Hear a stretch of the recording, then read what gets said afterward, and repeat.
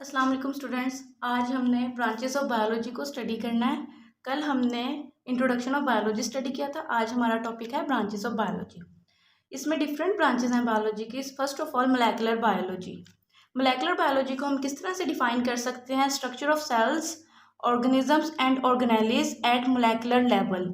Means के जो sales, organisms and organelles होते हैं उनके स्ट्रक्चर को हम इसमें डिफाइन करते हैं, इनके स्टडी करते हैं इनके स्ट्रक्चर को at molecular level. What is molecular level? Molecular level क्या होता है? The smallest level of organisms just like tissues, cells etcetera. मतलब कि जो ऑर्गेनिज्म होते हैं अभी उनकी ऑर्गेनाइजेशन स्टार्ट हुई होती है, वो बहुत छोटे लेवल पे होते हैं, तो उसको मोलेकुलर लेवल कहा जाता है। और इनकी स्मॉलेस्ट लेवल पे स्टडी करने को मोलेकुलर बायोलॉजी कहा जाता है। And next one is environmental biology. इसमें क्या होता है? इसमें हम 2 पॉइंट्स डिस्कस करेंगे। First of all, study of organisms in relation to their environment. इसमें ऑर्गेनिजम्स की स्टडी की जाती है in relation to their environment. और इसके बाद इसमें यह भी देखा जाता है कि जो ऑर्गेनिजम्स होते हैं उनके अपने एनवायरनमेंट में किस तरह की इंट्रैक्शंस हैं। Just like interaction between organism and their organic and inorganic environment. मतलब कि ऑर्गेनिक और इनऑर्गेनिक एनवायरनमेंट में उनके जो ऑर्गेनिजम्स होते हैं उनका अपने ऑर्गेनिक और इनऑर्गेनिक एनवायरनमेंट में किस तरह से रिलेशन होता है, किस तरह से इनकी आपस में इंट्रैक्शन होती है। And what is organic and inorganic environment, ये हम आगे जाके डिटेल से स्टडी करेंगे। आपको इसका छोटा सा एक पॉइंट बता देती हूँ, इनको बस डिफाइन करके बताती हूँ कि इनमें क्या डिफरेंस है। ऑर्गेनिक इन्वायरमेंट वो होता है जिसमें तमाम ऑर्गेनिक हाइड्रोजन और कार्बन से बनी हुई जितनी भी इन्वायरमेंट में हमारी चीज़ें होती हैं वो हाइड्रोजन और कार्बन से पे इंक्लूड होती हैं। जबकि इनऑर्गेनिक इन्वायरमेंट में मोस्टली नॉन लिविंग थिंग्स आ रही होती हैं, और जो जिनमें कार्बन और हाइड्रोजन नहीं होता वो इनऑर्गेनिक इन्वायरमेंट होते हैं। And next one is microbiology. Microbiology is the study of microorganisms just like virus, bacteria, protozoa and microscopic algae and fungi. इसमें माइक्रोबायोलॉजी में हम micro means small, micro means small. Microbiology में हम छोटी छोटी जो क्रिएचर्स होती हैं उनको स्टडी करते हैं, just like viruses, bacteria, protozoa, microscopic algae and fungi. What is meant by microscopic algae and fungi? Microscopic means smallest organism which cannot be seen by an human eye and these are seen by the microscopes. जो कि human आई से नज़र नहीं आती, microscope से ही उनको देखा जाता है, because these are microorganisms just like algae and fungi. तो माइक्रोबायोलॉजी में माइक्रो मीन स्मॉल, माइक्रोबायोलॉजी में हम छोटी छोटी क्रिएचर्स को स्टडी करते हैं जिनमें viruses, bacteria, protozoa, microscopic algae and fungi आता है। Next one is fresh water biology.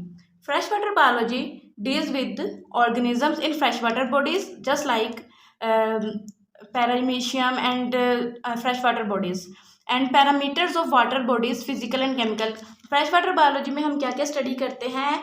Fresh water bodies की मतलब जो फ्रेश वाटर बॉडीज़ होती हैं उनमें जो ऑर्गेनिजम्स रह रहे होते हैं, फ्रेश वाटर में जो ऑर्गेनिज्म रह रहे होते हैं उनको स्टडी करते हैं। इसके अलावा फ्रेश वाटर की केमिकल्स एंड फिजिकल पैरामीटर्स को भी स्टडी किया जाता है। Next one is marine biology. Marine biology is जो सीज एंड ओशंस में लाइफ होती है उसको स्टडी किया जाता है। मैरीन जो होता है ये रिलेट करता है सीज एंड ओशंस। ये फ्रेश वाटर नहीं होता, जो हम कहते हैं ना साल्टी वाटर, उस तरह के मैरीन में वाटर होता है। और इसमें जो सीज और ओशंस में लाइफ होती है उनको स्टडी किया जाता है, और जो उनसे फैक्टर्स होते हैं मैरीन लाइफ पे इफेक्ट कर रहे होते हैं उनको स्टडी किया जाता है। इसके अलावा सीज जो से होते हैं एज अ पैरामीटर एक्ट कर रहे होते हैं, वो किस तरह से एक्ट कर रहे होते हैं, इस मैरीन बायोलॉजी में इसकी तमाम डिटेल को स्टडी किया जाता है। Next one is parasitology. Parasitology is the study of parasites.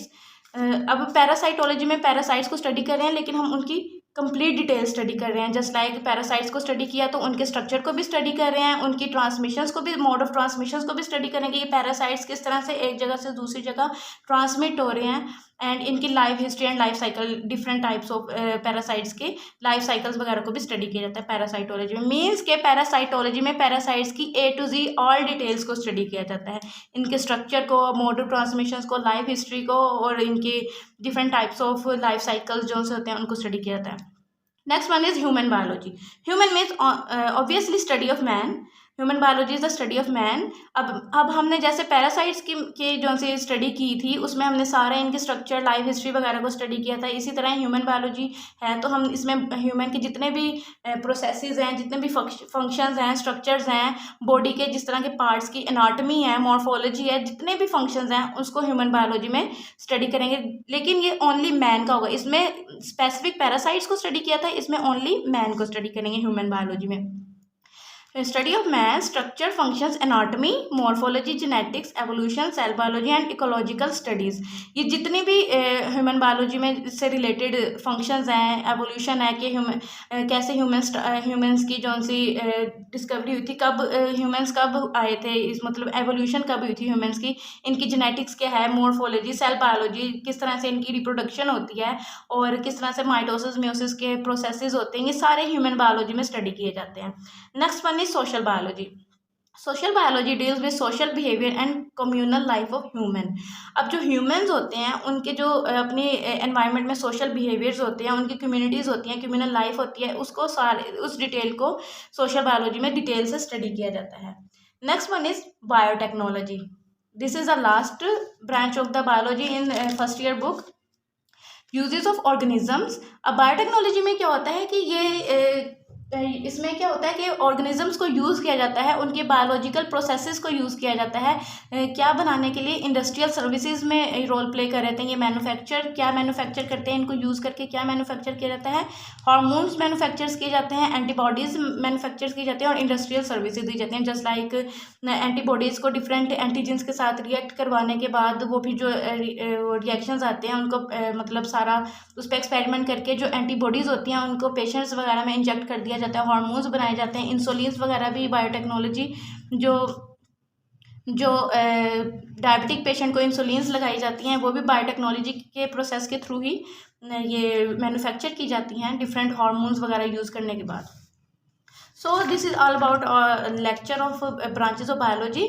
कल हम इंशाल्लाह लेवल्स ऑफ बायोलॉजिकल ऑर्गेनाइजेशंस को स्टडी करेंगे। Thank you. अल्लाह हाफिज़।